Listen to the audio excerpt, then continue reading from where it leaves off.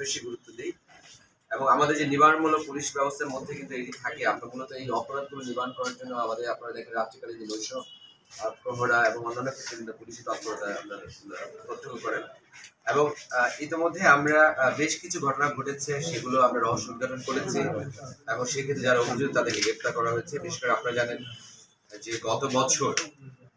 বগুড়া কেন্দ্রীয় ডাকঘরে যে একটি হত্যাকাণ্ড লুণ্ঠন ঘটনা হয়েছিল, সেটি কিন্তু জেলা পুলিশ সেটিও শনাক্ত করেছিল, রহস্য উদ্ঘাটন করেছে। সাম্প্রতিক সময়ে আমরা দেখছি যে বিশেষ করে জাতীয় সংসদ নির্বাচনের পরে এই ধরনের সম্পত্তিজনিত অপরাধ, বিশেষ করে যারা সংঘবদ্ধ অপরাধী চক্র, এরা বিভিন্ন ভাবে সংঘবদ্ধ অপরাধ করে বিভিন্ন বড় বড় জুয়েলারি শপ, মোবাইল দোকান এবং অন্যান্য গুরুত্বপূর্ণ মালামাল যেখানে থাকে সেক্ষেত্রে তারা সেখানে চুরি করে থাকে। বিভিন্ন জায়গায় তারা সিঁদুর চুরি করে এবং বিশেষ করে ব্যাংকে কিন্তু তারা টার্গেট করে এবং সেই লক্ষ্যে আমরা আমাদের বিশেষ ব্যবস্থা নিয়েছি। তারপর আমরা যদি লক্ষ্য করি যে গত 20 এপ্রিল বগুড়া সদর নিউ মার্কেটে আল তৌফিক জুয়েলার্সে সকাল 9টা থেকে আনুমানিক 9:30টার মধ্যে দোকানের শাটার কেটে একটি চাঞ্চল্যকর চুরি হয় এবং সেখানে যে কর্তৃপক্ষ বা যে স্বত্বাধিকারী তিনি আমাদের কাছে অভিযোগ করেন যে প্রায় 110 ভরি স্বর্ণ সেখান থেকে অজ্ঞাত যারা চোর তারা চুরি করে নিয়ে গেছে। এবং যেহেতু নিউ মার্কেট একেবারে বগুড়া প্রাণকেন্দ্রে এবং একটি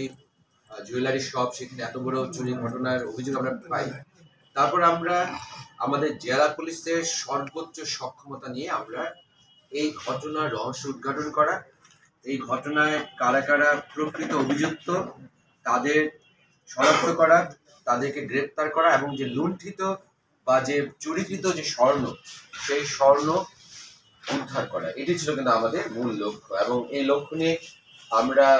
বেশ কয়েকটি টিম গঠন করি এবং বিশেষ করে এই ক্ষেত্রে আমাদের সদর থানা তারাই মূলত এখানে তারা ভূমিকা রাখে এবং বিশেষ করে আমাদের অতিরিক্ত পুলিশ সুপার প্রশাসন, অতিরিক্ত পুলিশ সুপার সদর সার্কেল এবং অফিসার ইনচার্জ সদর থানা, তারা সার্বিকভাবে বিভিন্ন অভিযান যেগুলো পরিচালনা করা হয় সেই অভিযানগুলো তারা সেগুলো ব্যক্তিগতভাবে অনেক ক্ষেত্রে অংশ নেওয়া হয়, অনেক ক্ষেত্রে প্রয়োজনীয় সহায়তা দেওয়া হয়, প্রযুক্তিগত সহায়তা দেওয়া হয় এবং বিভিন্নভাবে আমরা সার্বিকভাবে আমাদের সকল সক্ষমতা নিয়ে এই ঘটনার পেছনে এই রহস্য উদ্ঘাটনে আমরা সবাই নিয়োজিত হই। এবং এই ঘটনাটি রহস্য উদ্ঘাটন করার জন্য আমাদের কিন্তু বেশ কয়েকদিন আমাদের নিরবচ্ছিন্ন ধারাবাহিক অভিযান পরিচালনা করতে হয়েছে এবং তার জন্য আমরা গাজীপুর, চাঁদপুর, নরসিংদী, ফেনী, কুমিল্লা, চট্টগ্রাম এই প্রতিটি জেলায় কিন্তু আমাদের এই অভিযান পরিচালনা করতে হয়েছে। তার সাথে বগুড়া তো আছে এবং আমরা ধারাবাহিকভাবে অভিযান পরিচালনা করতে করতে আমরা এক পর্যায়ে এই ঘটনার যে মূলত যে কাটার দিয়ে এই দোকানটি জুয়েলার্স শপ কেটে যেখানে চোর চক্রে অন্য যারা প্রবেশ করেছিল, যে মূল যে কাজটি করেছিল সেই ইব্রাহিম ওরফে নয়ন সাহা, তাকে আমরা গ্রেপ্তার করতে সক্ষম হই এবং তাকে আমরা চট্টগ্রামের পটিয়া থেকে তাকে আমরা গ্রেপ্তার করি এবং তাকে গ্রেপ্তারের মাধ্যমে কিন্তু আমাদের এই রহস্যের যে দ্বার খুলে যায়, উন্মোচন হয় এবং এরপরে আমরা যেটি জানি যে নয়ন সাহা উর্ফে ইব্রাহিমকে জিজ্ঞাসাবাদের ক্ষেত্রে আমরা জানতে পারি যে তাদের যে এই ঘটনার তারা যে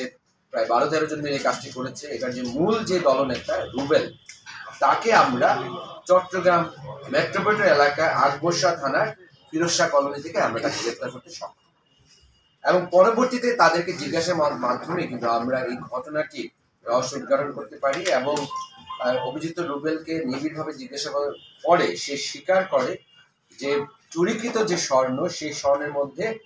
17 ভরি স্বর্ণ ও স্বর্ণালঙ্কার সে কুমিল্লার দক্ষিণ থানাধীন সোহাগাজী বাজারে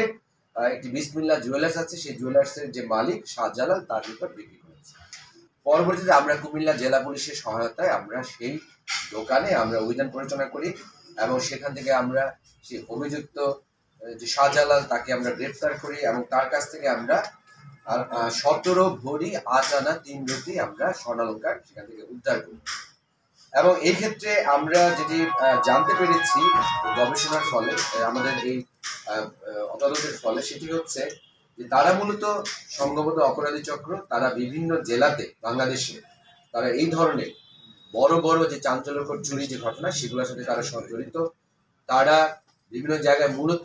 স্বর্ণালঙ্কার চুরি করে, মোবাইল ফোন চুরি করে এবং মূলত যে সকল বিভিন্ন বাণিজ্যিক প্রতিষ্ঠান যেখানে মূল্যবান বিভিন্ন ধরনের প্রপার্টি থাকে তারা মূলত সেগুলো টার্গেট করে, এবং এই ক্ষেত্রে তাদের যে অভিনব কৌশল সেটি হচ্ছে তারা পূর্বে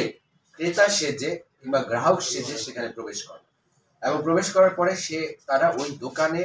তারা সার্বিক ব্যবস্থা তারা পর্যবেক্ষণ করে, তার নিরাপত্তা ব্যবস্থা, সেখানে কতজন কর্মী আছে, সেখানে কোনো গার্ড আছে কিনা, সিসি ক্যামেরা আছে কিনা, তার যে মূল ফটকটি সেটি সুরক্ষিত কিনা,